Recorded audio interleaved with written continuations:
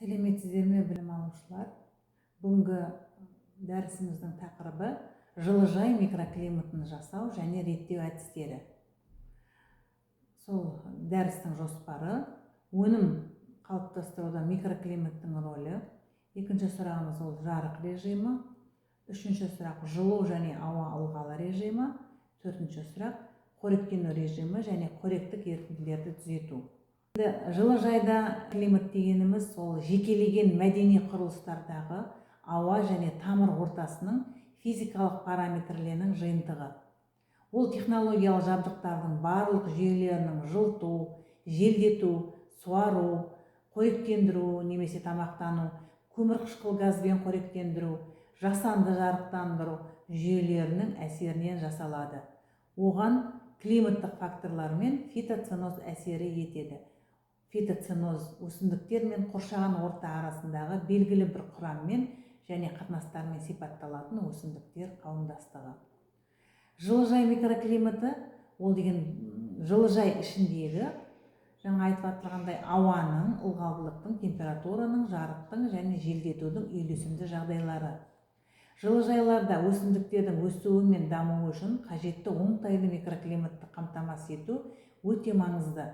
Микроклиматты дұрыс реттеу өсімдіктердің өнімділігі мен сапасын арттыруға ықпал етеді. Микроклимат ол тұрақты емес, ол маусымға, тәулік уақытына, ауа райына, адам әрекетіне байланысты. Әртүрлі дақылдардың микроклимат параметрлеріне әртүрлі талаптары бар екенін түсіну керек. Жылыжайдағы микроклиматты басқарудың негізгі көрсеткіштері. Бірінші ол температура. Жылыжайда күндізгі температура әдетте 22-28 градус аралығында болу қажет. Түнгі температура 15-18 градус аралығында сақталуы керек. Бірақ кейбір өсімдіктер үшін бұл көрсеткіш төмен болуы мүмкін. Суық мезгілде жылыжайда температураның тұрақты деңгейде ұстау үшін жылытқыштар мен термостаттарды қосымша қолданады. Екінші көрсеткіш ол ауа ылғалдылығы. Жылыжайда ауа ылғалдылығы 60-80% аралығында сақталуы керек. Бұл көрсеткіш өсімдіктердің су булануын және фотосинтезді дұрыс жүргізуіне көмектеседі. Ылғалдылықты реттеу үшін әдетте су шашқыштар немесе арнайы ылғалғыштар қолданылады. Үшінші көрсеткішіміз ол жарық. Өсімдіктерді өсу үшін жарық маңызды фактор. Күндізгі уақытта жарық жеткілікті болуы керек, ал кейде табиғи жарық жеткіліксіз болған жағдайда қосымша жарық көздері қолданылады. Ол фитолампалар. Жарықтың ұзақтығы да маңызды. Ол өсімдіктердің гүлденуі мен өнім беруіне әсер етеді. Көптеген өсімдіктер үшін 12-16 сағат аралығындағы жарық маңызды. Төртінші көрсеткішіміз ол ауа қозғалысы мен желдету. Жылыжайда ауаның дұрыс циркуляциясы мен желдету өте маңызды. Тұрақты ауа қозғалысы өсімдіктердің аурулардан қорғауына көмектеседі. Желдету жүйесі арқылы артық ылғал мен жылуды шығарып, таза ауамен қамтамасыз ету қажет. Бесінші көрсеткіш ол көмірқышқыл газы. Өсімдіктер фотосинтез процесінде көмірқышқыл газын пайдаланады. Жылыжайда көмірқышқыл газының концентрациясын көтеру өсімдік өсуін жеделдетеді. Бұл көрсеткішті басқару үшін инжекторлар қолданылады. Енді жаңа атап өткен көрсеткіштердің ең біріншісі ол жылу. Күн шуақты ауа райында жылыжайдағы ауа температурасының жоғарылауы күннің алғашқы сәулелерінен басталып және түске дейін жалғасады. Содан кейін температура біраз уақыт бір деңгейде сақталады. Кейін біртіндеп төмендей бастайды. Күн батқан кезде жылыжайдағы ауа температурасы күн шыққан кездегіге қарағанда жоғары болады. Егер күн бұлтты болса, онда температура күні бойы іс жүзінде өзгермейді. Ал жаңбырлы ауа райында жылыжайды жуатын суық ағындарға байланысты оны сыртқы температураға теңестіруге болады. Пленкалы жылыжайларда температураның ауытқуы айтарлықтай байқалады. Шыны жылыжайларда әлдеқайда жақсы болған соң, температураның өзгеруі әлдеқайда әлсіз болады. Буферлік аймақ неғұрлым жоғары болса, ересек өсімдіктің жоғарғы жағы мен жылыжайдың төбесі арасындағы қашықтық жылу режимі соғұрлым жақсы болады.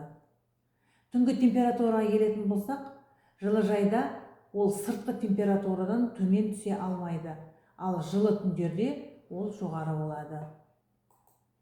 Екінші көрсеткішіміз ол ауа ылғалдылығы. Ауа ылғалдылығын ұстау деген ол деген үнемі суару, тұман қалыптастыру жүйесі, құрылымға арнайы су шашу, топырақтан немесе субстраттан және жапырақ бетінен булану жылыжайда қажетті ылғалдылықты сақтап ұстайды. Температура мен ылғалдылық деңгейі желдету және ауа ауыстыру немесе желге қақтыру арқылы арнайы бақылау қажет. Ыстық және шуақты күндерде жылыжай үнемі желдетіліп тұруы керек. Егер бұл жасалмаса, онда оның ішкі бетінде конденсация жиналады да, өсімдіктердің беттерінде саңырауқұлақ инфекцияларының көзі бола алатын артық ылғал пайда болады. Басқаша айтқанда, желдетудің мақсаты ең алдымен артық ылғалды кетіру. Бірақ жылыжайды желдету арқылы біз ондағы көмірқышқыл газының концентрациясын төмендетеміз. Ал ол 400 ppm және 1100 ppm аралығында болуы керек. Және ол өсімдік фотосинтезінің қарқындылығын арттыратын белгілі. Сондықтан оның ағыны желдетудің арқасында өсімдіктердің қоректенуін жоғалуына ішінара өтпейді. Жақсы жарық жағдайлары белсенді фотосинтезді ынталандыру. Егер жылыжайдың дизайны жарық ағыны үшін оңтайлы жағдай жасаса, яғни функционалды түрде ол көлеңкеленбесе, жақсы болады. Сондай-ақ өсімдіктерді отырғызу ережелерін сақтау, оларды дұрыс кесу және болашақ жылыжай үшін орынды таңдауды мұқият ойластыру маңызды. Біз алдыңғы дәрісте айтқандай, күннің жарығының түсуі оңтүстіктен батысқа дейін болу керек. Осылайша жылыжайдың микроклиматы адамның оның қалыптастыруға және оның үнемі бақылауға белсенді қатысуы жағдайында ғана қолайлы болады. Жарықты дақыл дегеніміз, немесе оны светокультура деп айтамыз, бұл жасанды жарықтандыруды қолдана отырып көкөніс дақылдарын өсіру. Күзгі қысқы кезеңде табиғи жарықтың әлсіз қарқындылығы жылыжайларда көкөніс пен гүл өсімдіктеріне қосымша жарықтандырусыз тиімді өсіруге мүмкіндік бермейді. Өсімдіктерді өсіру кезінде электр жарығын қолданудың екі әдісі бар. Ол деген біріншісі жылыжайдағы бар жарыққа қосымша электродты жарықтандыру деп айтамыз, және жалғыз жарық көзі, электр жарығы немесе жарықты дақыл. Осы әдістердің әрқайсысын көшеттерді немесе ересек өсімдіктерді өсіру кезінде қолданылуы мүмкін. Ең тиімдісі ол қысқаша күндіз қосымша жарықтандыру немесе электр энергиясының аз шығыны және әсіресе көшеттерді қосымша жарықтандыру. Өйткені бұл жағдайда процесс қысқа мерзімге 25 күн, 40 күн аралығында жалғасады. Және 1 шаршы метр аумаққа орналастырылған өсімдіктердің көп саны, мысалы 25-100 өсімдік болса, сәулеленуге ұшырайды. Көшеттерді қосымша жарықтандыру өнім алуды 20-25 күнге жеделдетуге және өнімді 20-25%-ға арттыруға мүмкіндік береді. Электр жабдықтарына қосымша шығындардың өтелуі 1-2 жылды құрайды.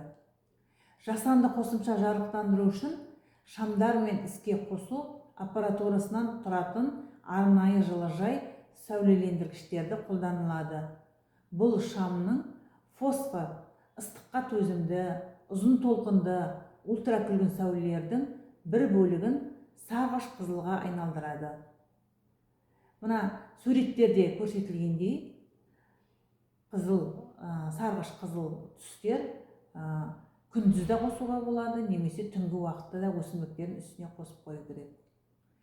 Жылыжай шамдарын пайдаланған кезде өсімдіктер көлеңкеленбейді, үнемі монтаждау және бөлшектеу қажет емес, шамдар сақтау үшін бөлме қажет емес, және көшеттер өндірілгеннен кейін жылыжай көкөніс дақылдарын өсіру үшін қолданылады. Бірақ жарықтандыруға арналған жабдық өндірістік процестерді механикаландыруды қолдануға кедергі келтірмейді. Бұл сәулелендіргіштерді қолдану жылыжайларда көшеттерді өсірудің жаңа технологиясына көшуге мүмкіндік береді. Олар жинақы, ыңғайлы ілінуі және ыстыққа тұрақтылығы, төзімділігі олардың оң технологиялық қасиеттері мен тиімділігін анықтайды. Соңғы кезде қазіргі уақытта заманауи жылыжай зауытында ДНАЗ және ДНАТ деген атты натрий шамдары кеңінен қолданылады. Бірақ кейбір жылыжай зауыттары жаңа жарық диодты шамдары немесе оның LED деп аталатын соларды пайдаланады.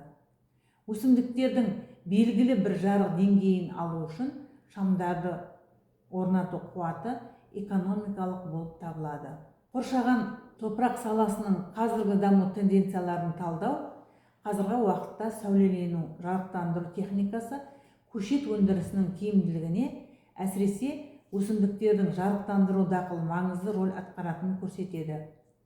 Көшеттерді жарықтандырудың оңтайлы режимі және қияр мен қызанақ өсімдіктерінің өсуі мен дамуына қажетті фотосинтетикалық активті радиацияның минималды саны алдымыздағы кестелерде келтірілген. Мысалы, өсімдіктердің өсу және даму фазалары бойынша көшеттерді қосымша жарықтандыру режимі. Ол деген көшеттің жаңағы қияр қызанақ дақылдарының көктеп шығу кезінде көбірек уақыт қажет етеді. Ол 24 сағатқа тең. Және екпелер кезінде оны қолданбаймыз. Тұрақты жерге орналастыруға дейін 16 сағат 12 күн аралығында, ал өсімдіктерді орналастырғаннан кейін ол 12-14 аралығындағы сағатты қажет етеді және 10-12 күнді жарықтандыру қажет. Қорғалған топырақта көкөніс дақылдарының өсу процесінде топырақ ерітіндісіндегі макро және микроэлементтердің мөлшері үнемі бақылап отыру керек. Ол туралы келесі дәрісте біз айтамыз. Ал бүгінгі дәрістің бақылау сұрақтары келесі слайдта келтірілген. Соған жауап беру сұралады. Назар қойып тыңдағаны үшін рахмет.